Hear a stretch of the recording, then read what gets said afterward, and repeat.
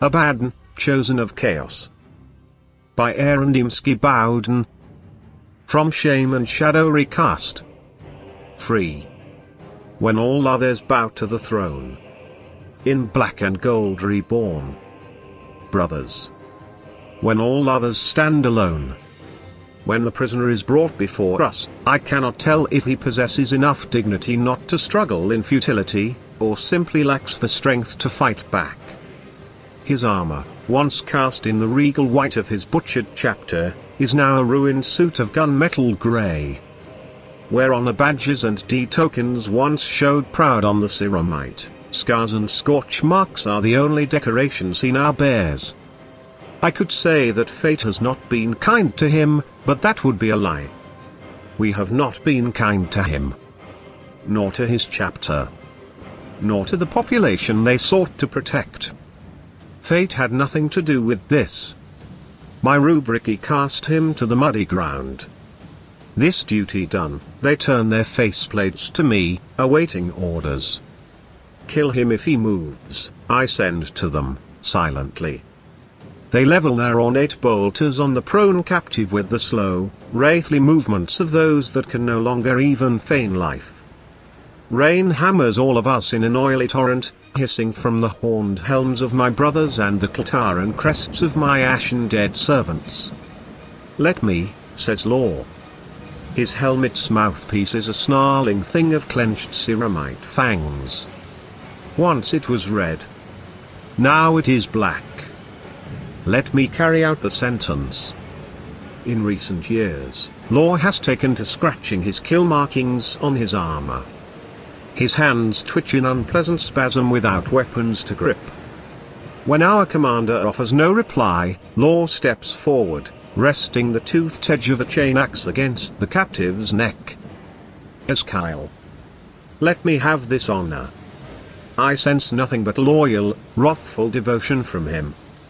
It emanates from his mind in a stinging, unseen mist. The prisoner looks up a defiant stare, yet not entirely able to hide his surprise at the name my brother has spoken. But we are the Ezekarian.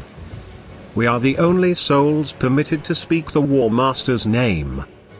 Tilly Mackin stands next to me, watching with arms crossed across his breastplate. His mind is sealed to me, and I am content to leave it thus. It has been 9 years since I last tried to kill him. It has been 7 since he last tried to kill me. A little restraint, brother, he says to Law. This one may be useful.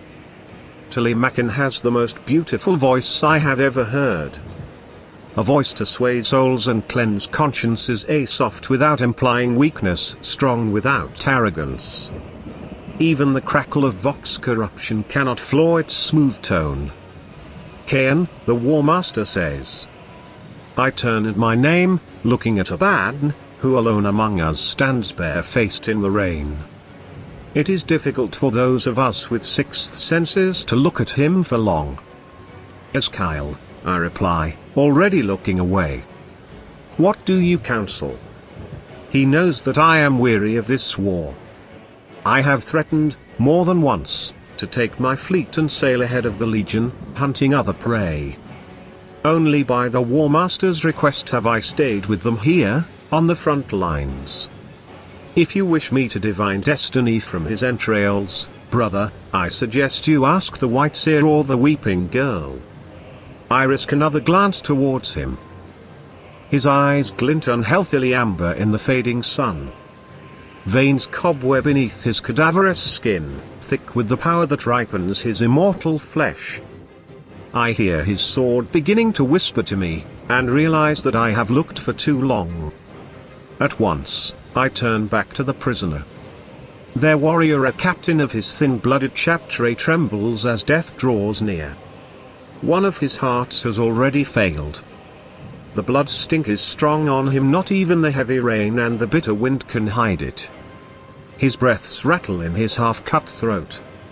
I need no prophecy from his death throes, Abaddon tells me, and steps forward himself. He rests the talons' curved scythe blades on the prisoner's shoulder. Why did you allow yourself to be taken? The brother captain lifts his head and a broken bar spits upon the clawed blades of a weapon that butchered a Primarch.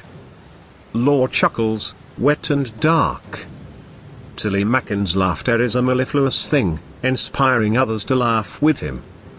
Even I feel a smile creep across my mouth at this warrior's last act of defiance.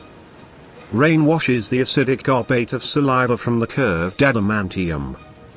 Only Abaddon remains outwardly untouched by mirth, though I feel his amusement pulsing from his mind in a flicker of unconcealed honesty.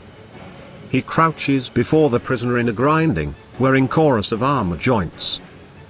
"Did that soothe your shame?" he asks the captain. His voice is brutally gentle. Armor's to broken bar kind.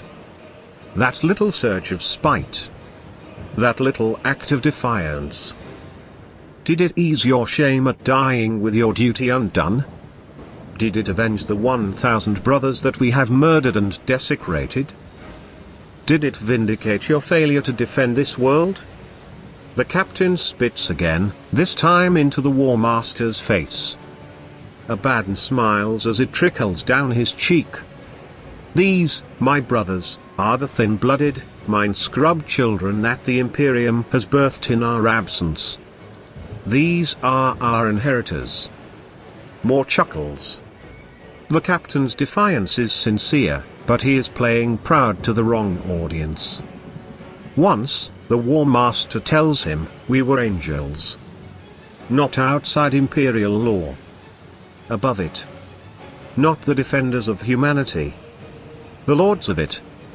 The captain draws his last breath, ready to spit a third and final time.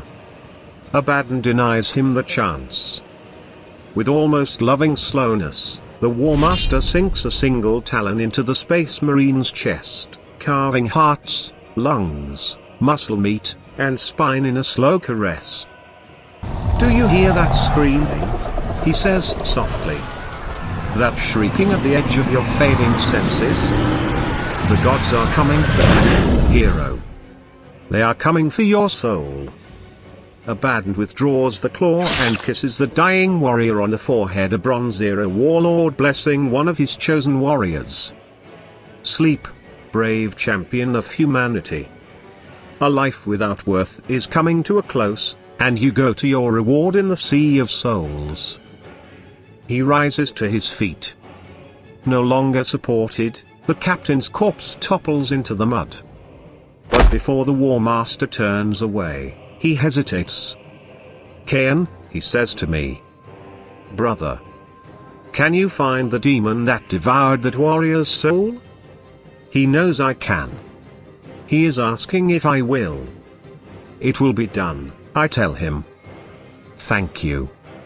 Bind it into the corpse, and cast it in with the rest of the second born.